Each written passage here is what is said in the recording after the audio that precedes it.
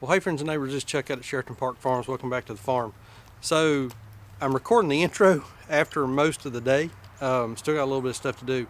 But today we're going to work on our piglets, the ones that we just bought, our new feeders, and then we got a couple of breeders out of the group. We're going to go down, check on them, do a little bit of work on them. And also we moved our gilts yesterday, and we moved the mamas yesterday too. We had some folks on the farm that came over and helped us out. We didn't capture any footage of that whenever we done the work yesterday, but we'll show you what we've done with the gilts. And I've got an idea for the paddock that they were on. So stick around and let's talk about regenerating an area after a set of pigs have moved off of a paddock. So stick around for that, and let's just kind of see what we end up catching on video here. So hang around. Let's check in on the piggies this morning. Pumpkin, Hamlet, Jack, one of our little girls from the mamas up there, the red one right there, and then our two new guys from Worsham Springs Farm. So I think we're going to name our little guy here Sammy, as in Ham Sammy. He's coming along nice, looking good. So I get asked a lot of questions about feeding regimen. These animals here are going to be breeding stock, so we limit their feed just a little bit. I think everybody gets about 2.5–3 pounds a day, and that's plenty for them to gain weight, grow, provide all their nutritional needs. As they get a little bit bigger, we'll up their feed a little bit. We'll just gradually increase them half pound a day till we get up to about 5 pounds a piece per day. And then over here we've got, these are our feeders, a couple more over there in the hut, kind of hiding out. These guys get all they want. We make sure that these feed bowls stay nice and full. I've got a couple of free choice feeders up in the staging area that we just hadn't got down here yet because it's just so muddy getting the tractor in here and tearing everything up. So we're going to move a free choice feeder down here. But right now we're just making sure that the bowls are staying nice and full. Everybody gets as much as they want. They're looking good coming on. I can tell they're starting to grow a little bit already, so only been here a couple days and they're doing really good. Got a water barrel over here. Both of them have got a water barrel, just because I don't have enough of the automatic waters, so we make sure that they've got plenty of fresh clean water every day. Fill them up, make sure they're good to go. So there's the piglets. Everybody's looking good, doing good. Still got a bunch we got to get off of the mamas up top, so hoping to make that happen this afternoon. We'll see how it goes.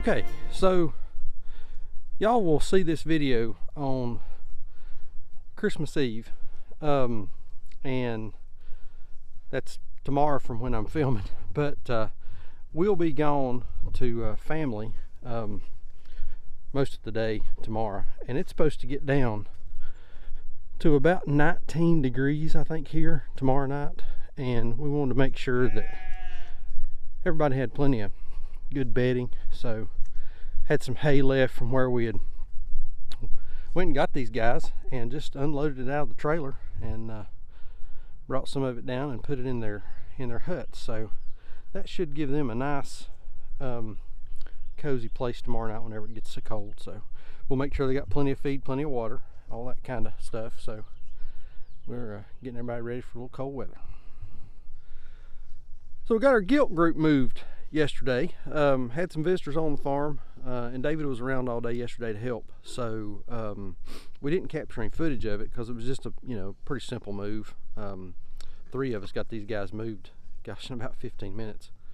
It was really nice to have a couple extra hands to get stuff done. But we got the gilt group moved over, so they're on a new paddock. It is directly adjacent to the one that they were on. Not quite as big. We're probably 75 by about 150 here.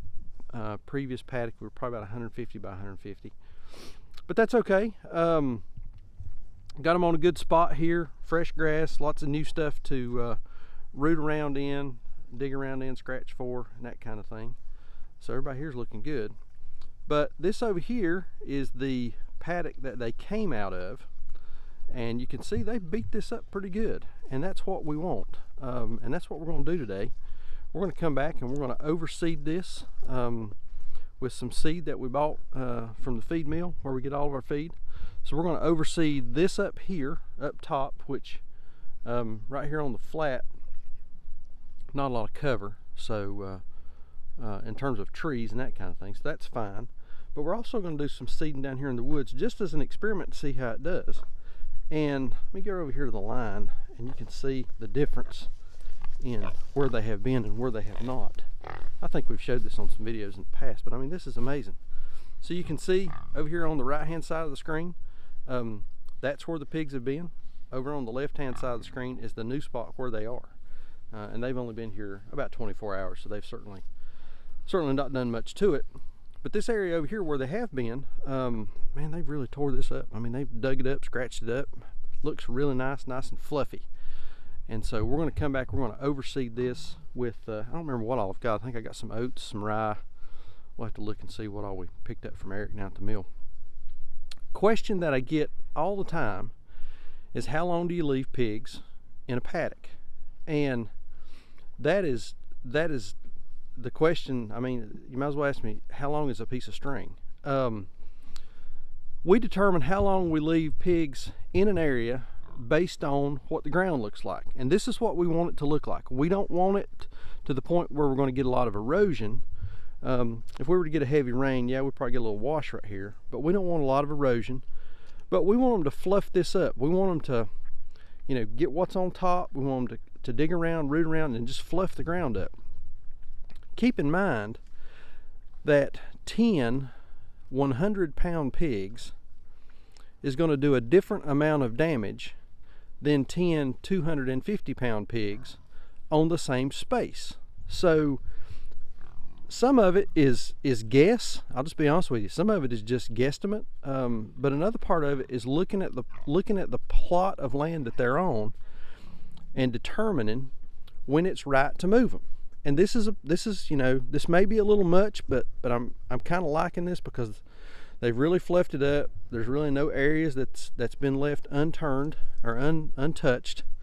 So we're going to come in here. We're going to overseed all of it. We also should have a pretty good distribution of manure. I can stand out here right now. I mean, I'm right in the middle of where these pigs have been, and there's no stench.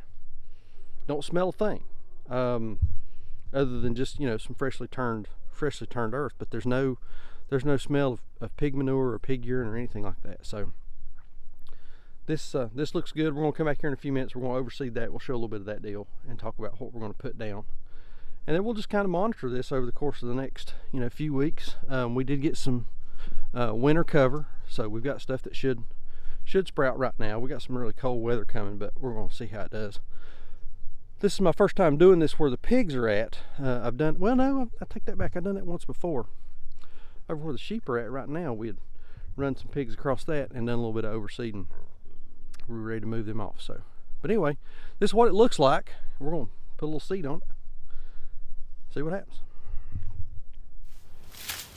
Okay, so what we're going to do on this overseeding deal is I've got about 300 pounds of some annual ryegrass, some oats, some wheat. There's just some different stuff. I don't even remember what all I got. But anyway, we're going to get a couple of 5-gallon buckets. We're going to put a few scoops out of each one of them into that and just kind of make up a little bit of a mix. And then we're going to go down where we moved those gilts off yesterday, and we're going to overseed all of that. I don't know what's going to work. We're just going to try it and see. But we're going to try to get a little bit of cover growing back on that, prevent erosion, build some soil, get some root structure in there, and just see if we can't keep on improving that little plot of land. So we've got a couple 5-gallon buckets. We're just going to fill them up, and we'll go overseed it and see what happens.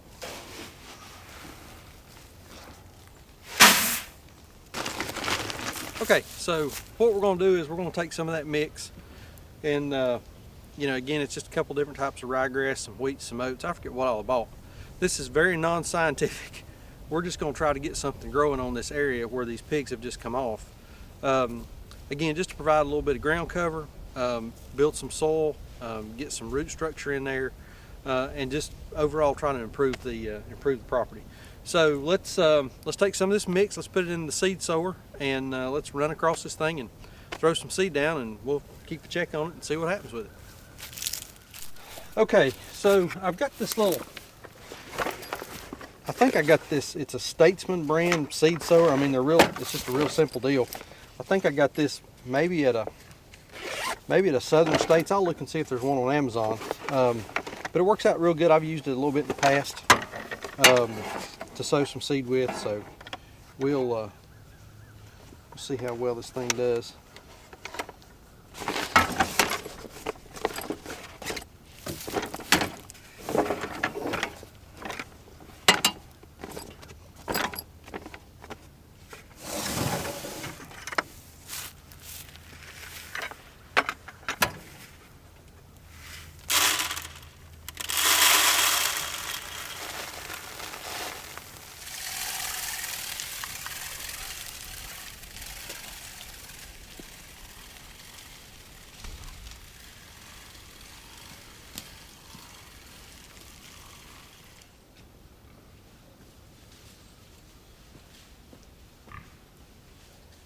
All right, so I put about 10 gallons of seed. I don't know how much that actually ends up being, but put about 10 gallons of seed just on this small area right here, and then down over the hill. I'm not sure what the seeding rate should be, but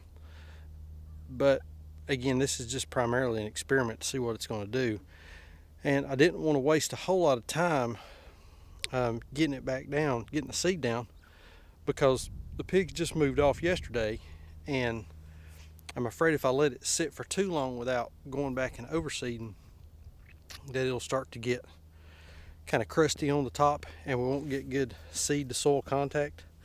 I think probably the optimum way to do this is to put the seed down while the pigs are still on the paddock, about a couple days before they move off. That way you can get good seed to soil contact just through them walking on it and packing it in and stepping on it and that kind of thing. But we'll see what happens. This is a swag. For those of you that aren't familiar, that's a scientific, wild, astronomical guess. So we'll see what happens with it. Nothing ventured, nothing gained.